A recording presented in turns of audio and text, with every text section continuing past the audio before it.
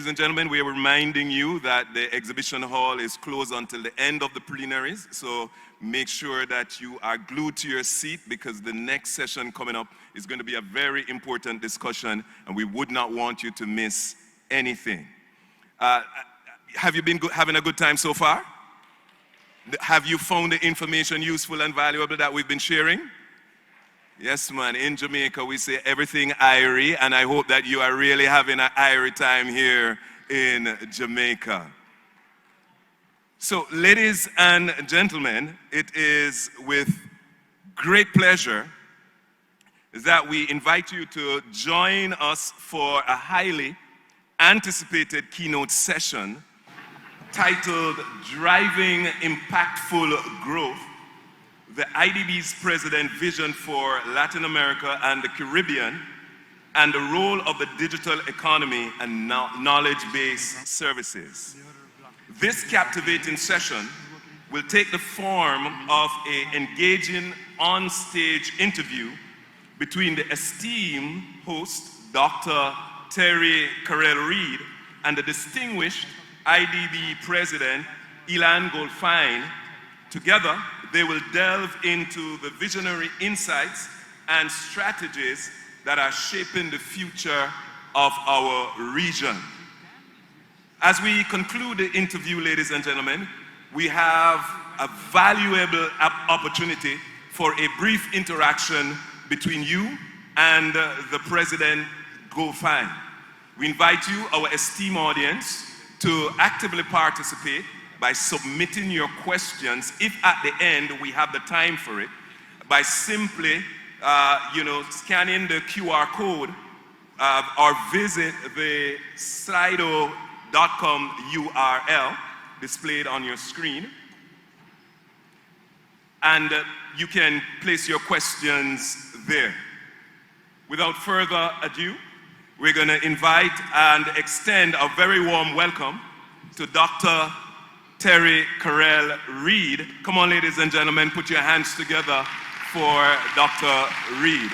Thank you so very much. Thank you, Conrad. I hope this does not mean that Conrad is here to take my job. I can't walk in your shoes, right? I'm hoping that you're not here to walk in my shoes. I am not able to. I wear a size 8.5. It is so good to see you. Thank you so very much for facilitating.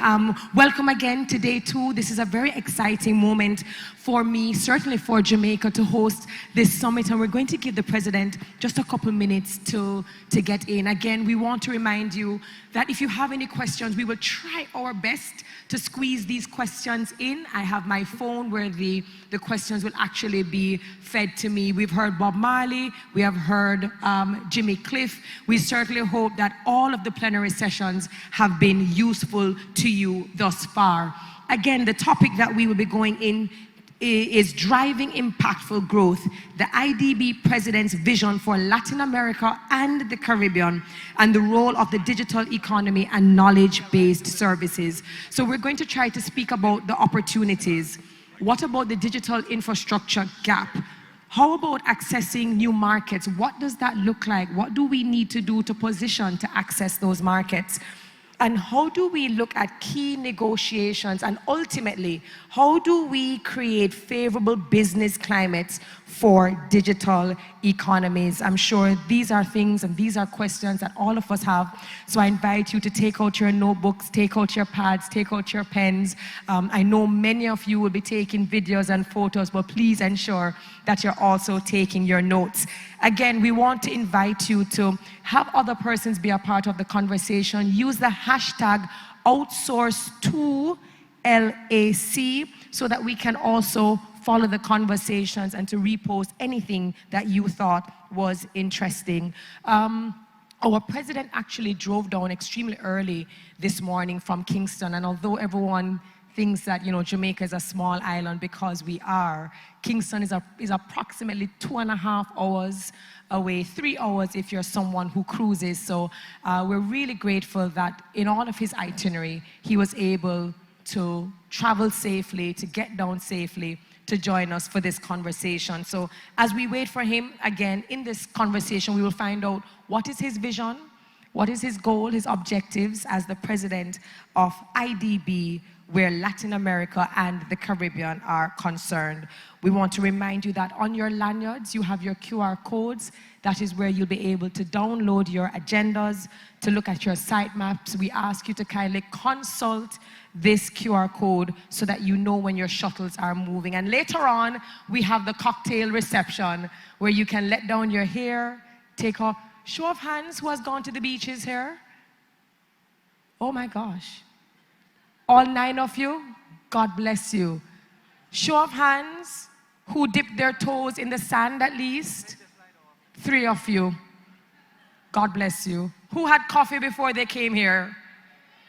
All right, hands down. Who had tea? Who had a beer? Oh yeah, no one. Oh, just this one brave soul said, I did.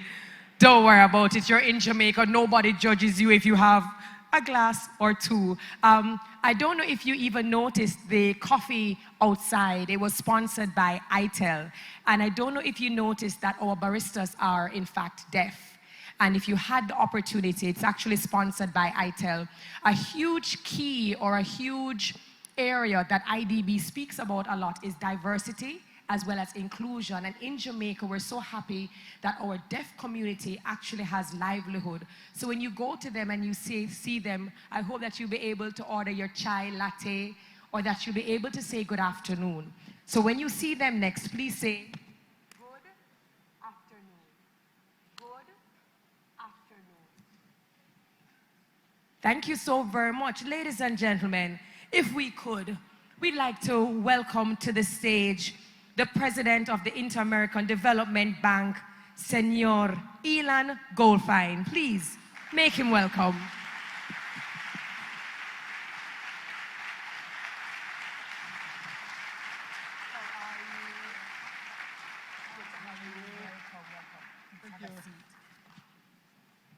Senor Goldfajn, bem-vindo a Jamaica, como vai? Tudo bem. É prazer.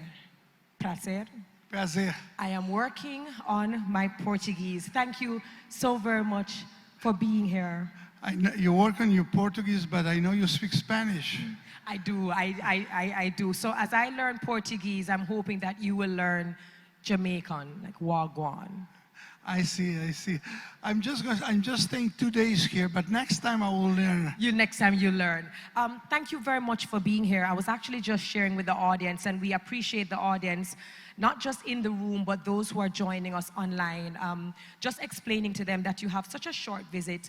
You came down from Kingston early this morning. But before we dive into our conversation, I saw when you tweeted out when you landed and you said, you know, you're here in Jamaica. It's a rich, beautiful, talented country. You also tweeted out the opportunity that you had to sit with our Prime Minister, the Most Honorable Andrew Holness, who was here delivering at the inaugural address, as well as our Minister of Finance, Dr. the Honorable Nigel Clark. But not only was it just the 3 gentlemen, you were also accompanied by the President of the World Bank, Ajay Banga. Before we dive into the summit questions, the outsourced to LAC, tell me, why was that joint visit so important? And what does it signal for not just Jamaica, but the Caribbean, the region? We are now in a world that is evolving, and the multilateral development banks like the IDB, like the World Bank, and governments, we need to evolve, we need to change. The magnitude and the scale of what we need to do is way beyond what anyone can do individually, even the multilateral organizations. So the IDB has been here for years, decades. It has 64 years since it was created in the region. But we need now to address the issues, social issues, poverty, inequality. We need to give jobs to people. We need to give access to health, education, water, sanitation. On top of that, there is climate change and all the adaptation we need to do to have resilient economies, resilient countries. When you look at it, we need to work together. So when the president of the World Bank came, and he just 9 days in the job, and I know him from 15, 20 years, and he told me, I want to go to the region first. Let's go together. I say, yes, why not? And then we decided to have one country in South America and one in the Caribbean, and that is Jamaica. Oh. And when I treated... Oh, please, absolutely. Absolutely, thank you. And I arrived here, the warmth of the people, the talent of the people, this is really, really makes me feel welcome and gives me a lot of incentives to continue working and being here with all of you and with you here too.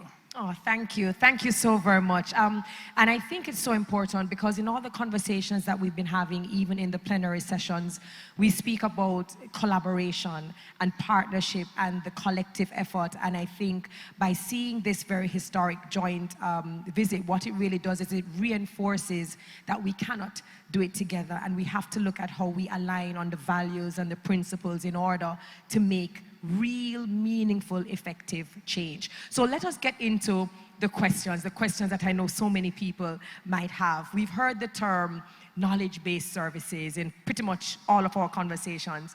How do knowledge-based services fit into the greater vision for the development of the LAC economy? We need to have sources of growth. We need to have sources of productivity if we want to have growth. We need to have sources of jobs if we want to improve the lives of people, take them out of poverty. We need to provide the economies more diversified exports.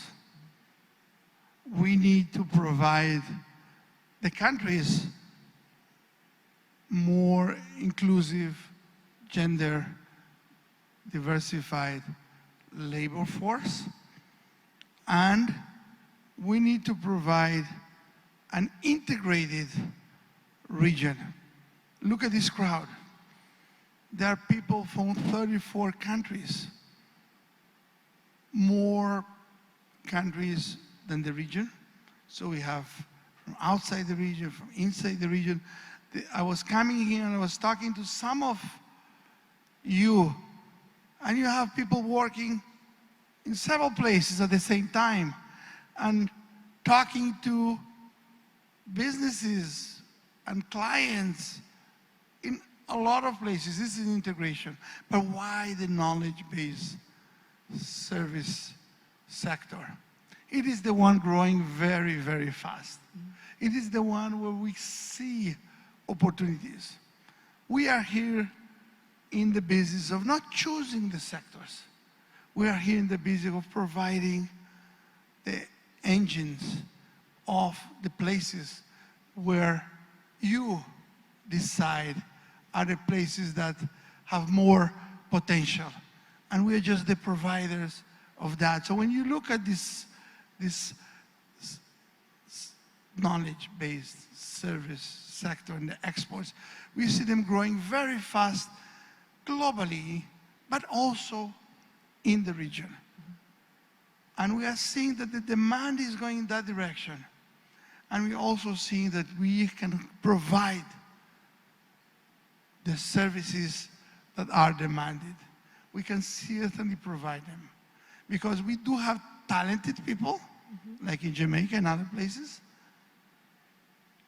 And if we don't have enough, because we will grow very fast, we're going to train them.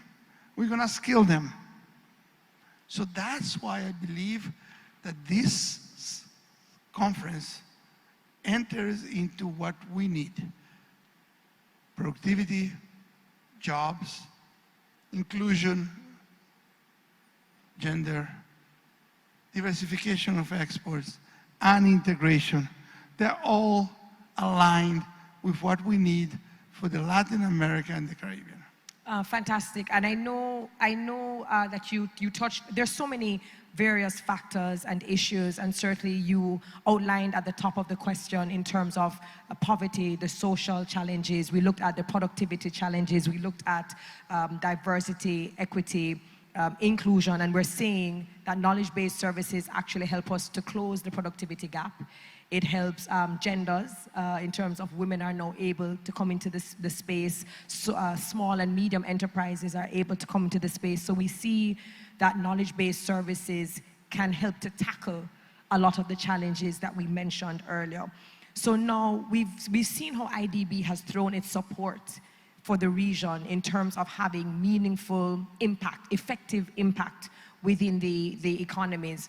How can the IDB best support the public sector in fostering knowledge-based services? So now we understand that it can help to tackle the issues. How does IDB now support the effort using knowledge-based services?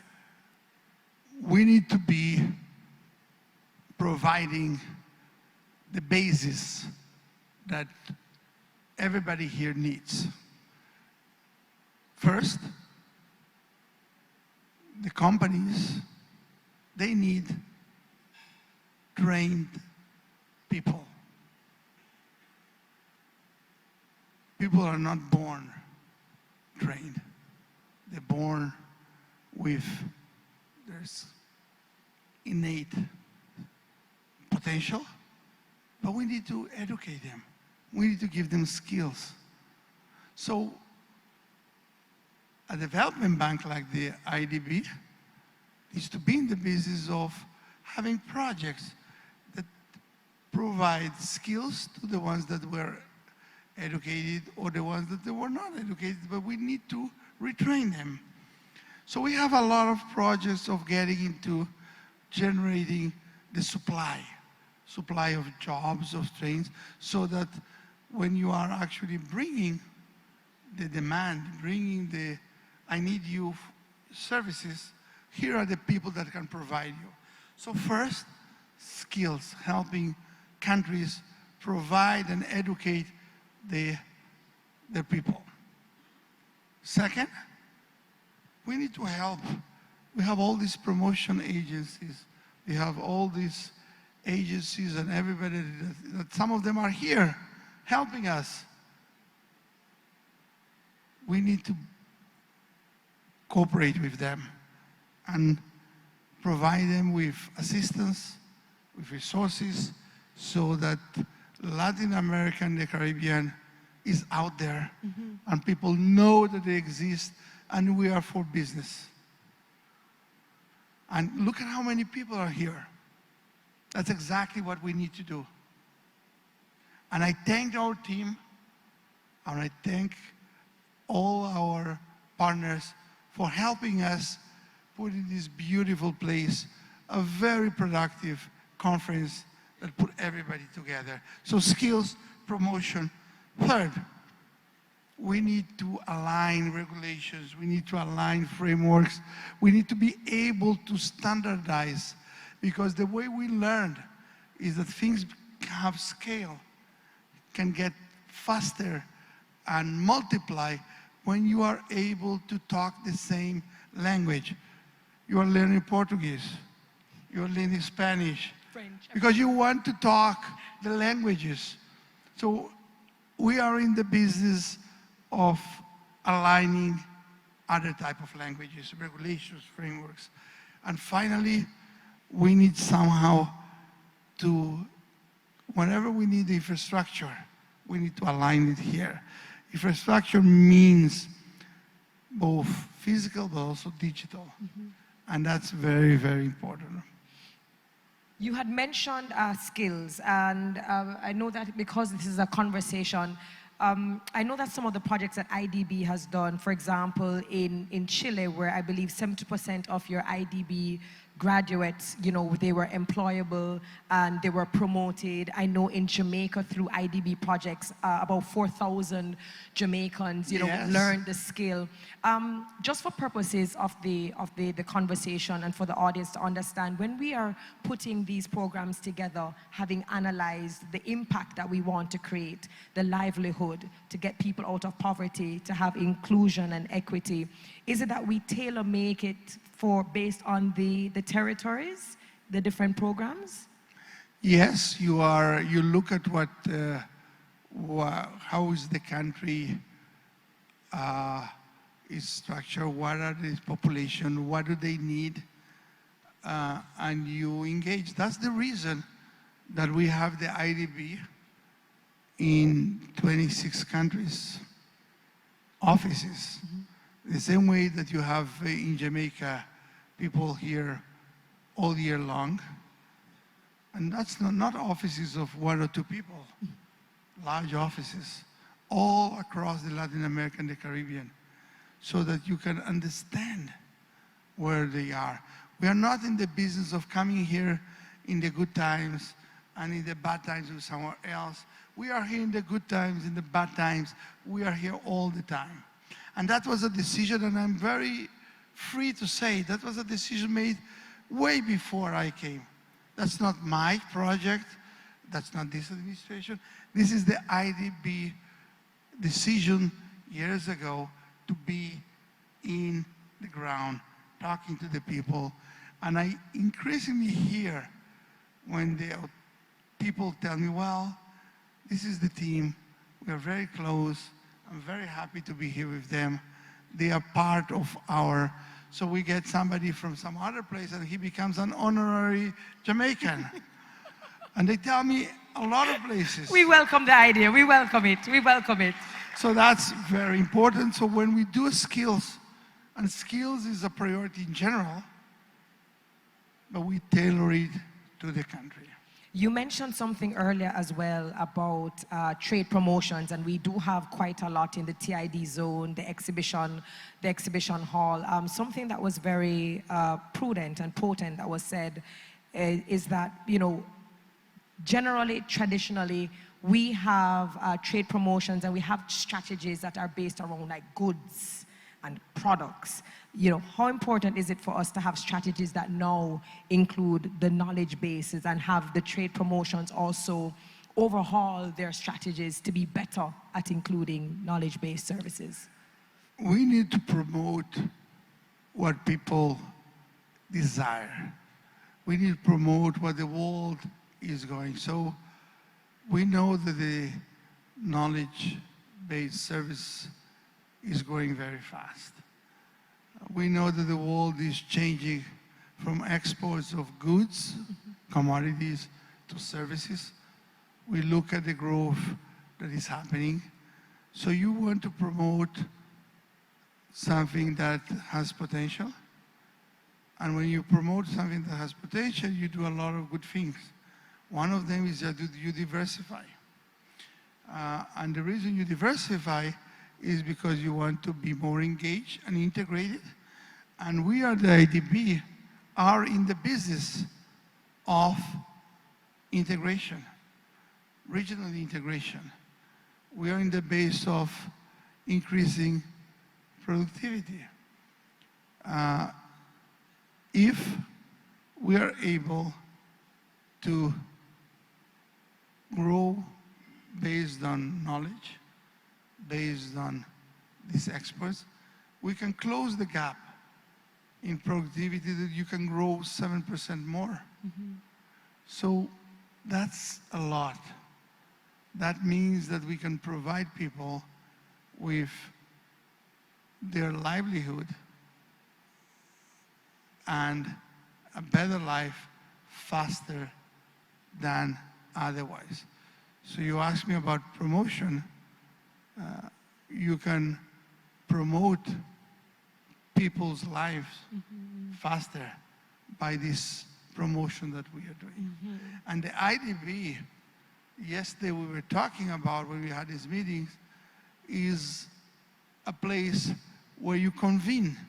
When you bring people, you have this power, because sometimes people think that the IDB is just the loans, just the money. It is the money too. But when you look at it over time and you analyze it, it's more about knowledge, providing assistance, what we are doing, is providing the capacity to bring people together, to convene. If you think about it, we are the only Latin American institution that have this power of having 26 members from the region, plus 22 from outside the region. And we are the convening. And we have the public sector, the IDB public, and we have the private sector, the IDB Invest. And we have the IDB Lab, which is the nascent companies and the venture capital. So that is what we promote. We promote integration, we promote jobs, we promote the livelihood of people. No, there's a lot of discussion around connectivity, Yeah. digital economies, leveraging technology. Is this the turning point of the sector? What should be done to ensure that Latin America and the Caribbean benefit from technological advancements, that we're not left behind, but that we are making use of the opportunities and we're being included in the move and the evolution of the future? So that's a very important question, because if we are not able to include people, what we are doing will not have the legitimacy to go forward. We will be having another project and maybe some years of progress, some years of good jobs, but then at the end of the day, it will be interrupted because people will not see the value, the ones that vote, the citizens. So we need to be very clear that the growth engines include people. So you mentioned connectivity. We are talking about digitalization, we're talking about, but in order to digitalization to thrive, we need everybody to be included. If you're not included, how can you benefit from the digital transformation? So if you connect more people, then you include more people. Second, you need to give access of these benefits to everybody. We need to have an active policy of including more people. We have in the IDB, every project we do has a gender and diversity component. Are we getting more women involved in that? Are the MEs that we promote, are those the ones that have more women leading? Is the expos we're doing here, is this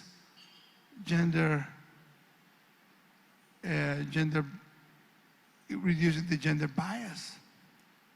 You mentioned some countries that we do the skilled work. How many of the skilled workers that we train are the ones that are diversified, that are more gender inclusive? So in addition to connecting everybody, we need to have a policy of including more people. And it also goes back to, because I think even in the conversation we've been having, you've mentioned, even though the IDB is there, it really takes a collective effort of many partners and Yes. people, public sector as well as private sector, and not only having data, but using this data to create framework and policies that can help to drive change in various areas as well as industries. So I'm very glad that you raised it, because we are, in order to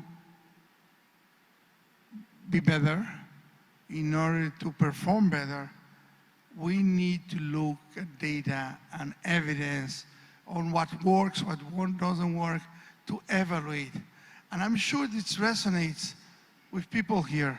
They're all people that look at data, that look at programming, that look at markets, numbers. So they know that we, at the public sector, because international organizations are public sector too, we also look at hard evidence. We also look at what works, what doesn't work. It is very important what you just mentioned. I know that my time is winding down, so I believe I might have time for maybe one more question. Post-pandemic, we've all come out. I think being a part of Latin America, being a part of the Caribbean, we're reminded of how vulnerable we are, but we're also reminded of how resilient we are. How, because we are resilient people, we can form resilient economies and we can build resilient nations. As we are tackling all of these challenges, and we understand that not everything can be implemented overnight because Rome was not built overnight. Do you have any last words for members here representing agencies, companies, entrepreneurs, startups, in terms of, you know, where you see us playing a role in the global economy?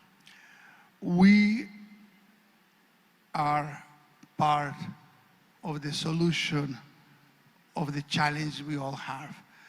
The region, Latin America and the Caribbean, we need to change our mentality and realize that we have the potential not only to solve our challenges, but also to offer solutions to the global challenges like climate, like food security, and also to provide the talent that the globe needs. And I think we need to have this change of switch it, because we have been saying for decades about, oh, this is our problems. Why don't the rest of the world look at us and say, how can they help us and provide resources? We are now here and now telling the world, we are now helping you, providing you the talent we have here. I could not have asked for a better way to close off. We are out of time.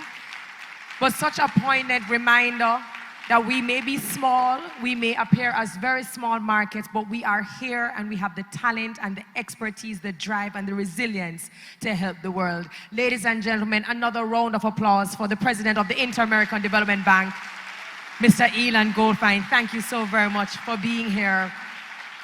And thank you for all your effort, and thank you for your resilience too. Thank you. Your career, your success is a show of resilience, because we need resilience in our careers, resilience in our families, resilience in our countries, resilience in our region. Thank you, I appreciate that. Very kind of you. Now, the President, as you can well imagine, has a very tight schedule, tight itinerary. He has to get back to his meetings. So please excuse him as he steps away from the summit. But I promise you, you've left the summit in very capable hands. Yes? Ladies and gentlemen, another round of applause as we bid the President a farewell. Thank you. Thank you very much.